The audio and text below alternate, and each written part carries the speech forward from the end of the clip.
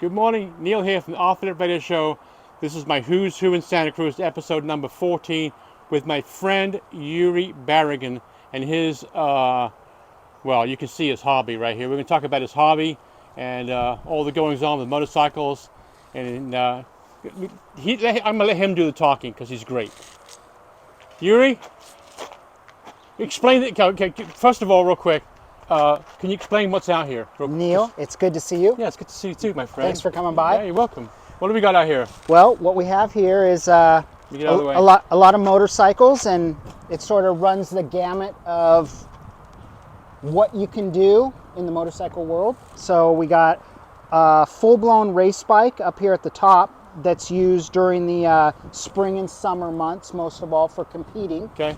That's competing here in California. Yeah, right. Yeah, and that's a specialized motorcycle. It never started as a street motorcycle. These are amateur races. Amateur racing, okay. Yes, right. Yes. There's no class in professional for that type. Okay. Because it's a prototype. Okay. Then we have an exotic Italian motorcycle. Yeah, we've seen that one, and we had that one that came to the boardroom. Yeah. So for riding on the street and enjoying Sunday afternoons, right. That's what that one's for. And my personal favorite.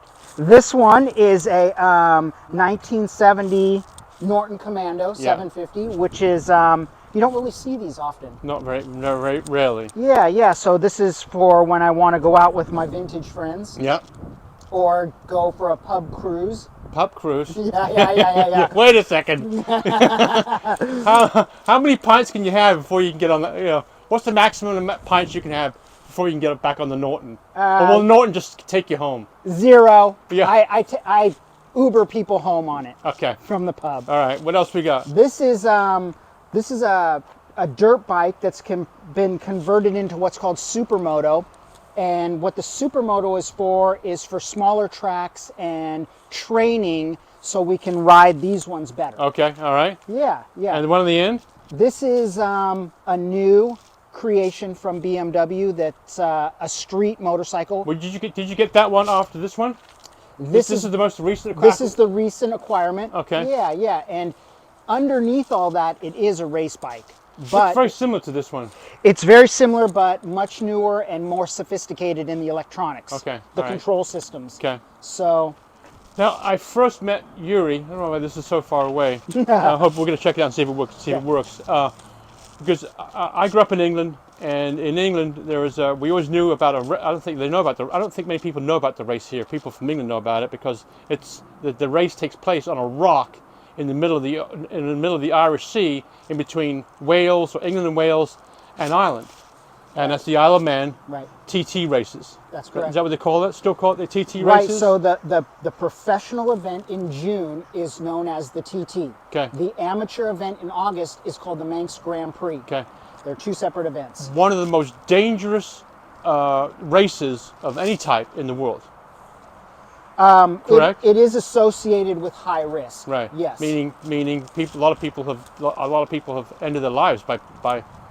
Well, it's just one of those things that it's comes with the territory. Yeah. On racing on city streets that have been closed. Okay. Like surfing big wave stuff. You're on your own. Yeah, it's sort of the outer limits of the sport, just like our surfing is off the coast here. It's not like you can just catch a plane and end up in the Isle of Man. It takes you. How long does it take to get? I mean, with all you're taking a bike down to the Isle of Man. How long does a whole journey take? Well, it's to get your body there, it's about 48 hours. But to get the machinery there, it's a 3-month process because it has to go on a shipping system and get there in time and clear customs. And why did you want to initially do that race? Why did you want to compete in that race? I think how long have you been doing it for now? 5 or 6 years? Yes. Okay. I think 6 seasons, but we had a delay during pandemic. Okay. So why do you want to do that race? It's just something that I've gravitated towards for at least 30 years because of the geographical location of Santa Cruz. The distance above sea level, the temperatures and conditions are identical to Santa Cruz. Okay. So that being said, it's an ideal place to sort of get acclimated, Santa Cruz is, and then try and make that jump into the environment around the world that, you know, it's one of those things where it's like a mecca for motorcyclists. So the motorcyclists show up. How many people come? How many people come with their bikes? They have about, I would say they have anywhere from 230 to 300 entrants across 5 classes. Okay. So a lot of the guys try and pick up multiple classes. Right. And they only allow, I believe, 60 people on course at any given time. Okay. How many people live on the island? I'm not positive, but I think there is roughly, I want to say 80,000. Okay, that much, that many. Now what they do is they close the place up, don't they? They close it up, and you race in the late evening or late afternoon. It is. So they close the whole town down, right? It's a working island, so what they try and do is they try and make a schedule where people can go about their business in the morning, do their jobs, and then at about 4 o'clock in the afternoon they close the roads, and then they check the course for safety obligations. They spread out all their officials and marshals to watch the course, and then after about 2 hours of setup they begin letting motorcycles go, and that's at about 6:15 in the evening. Do you have one story or one memory that comes to mind of surfing Isle of Man? Not surfing, excuse me, of biking at the Isle of Man? You know, your favorite story is?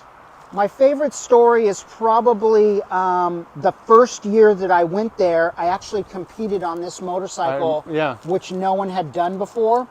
And is this the one made in Germany? No, this is a Japanese model. Okay. So this is just a standard dirt bike converted. And they didn't want to let you. No one's raced on a dirt bike before, right? No. You tell the story. Traditionally, you would run on something that appears like this. Yeah. So low, sleek, out of the wind. Right. They had a lower displacement class, and I thought that might be the place for me to dip my toe in, because it was an all unknown, and I was doing it all by myself. The basic end of the story is that because of weather delay, my ability to qualify the bike, the window became very small. You can't weather delay. You can't race when it rains. They don't run anything in the wet. Okay, yeah. They used to many years ago. Can you imagine that? It would be very high risk to add that variable in. Yeah. But what happened is it went down basically to the last night to qualify on this motorcycle, and I had one chance.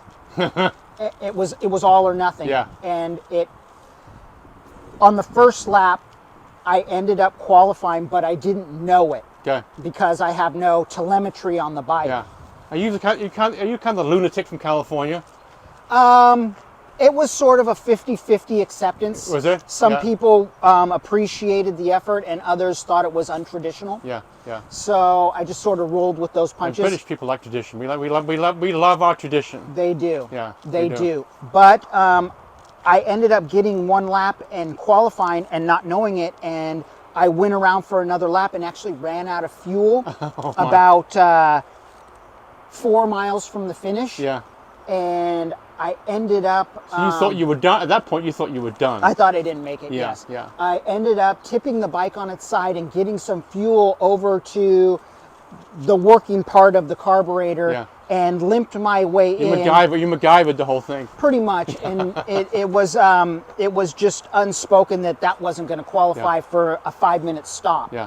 But I ended up qualifying on the first lap that I did on that evening, and went on to finish the race. It kind of went down in the history books, and good. We were very pleased. So it's a lottery system. It's kind of a lottery system, and you just told me you put your name in the hat. You're gonna give it a try next year, 2024. I will try again. It's an entry system that goes year to year. There's no guarantees. Okay. So we just sort of put our name in and hope that the entry committee smiles on us. Yeah, and then we take it from there. This is Yuri Barrigan right here on the Off Their Better Show, episode number 14. I always love to see you. Neil, where can people find this? This will be on YouTube, which I'll send you the link. Okay. And you can find it on Facebook, my Facebook page. I'll send you the link to the YouTube video. Okay, I want everyone to support you. Scroll through and smash that like button and right. follow Neil. That's right. See you later.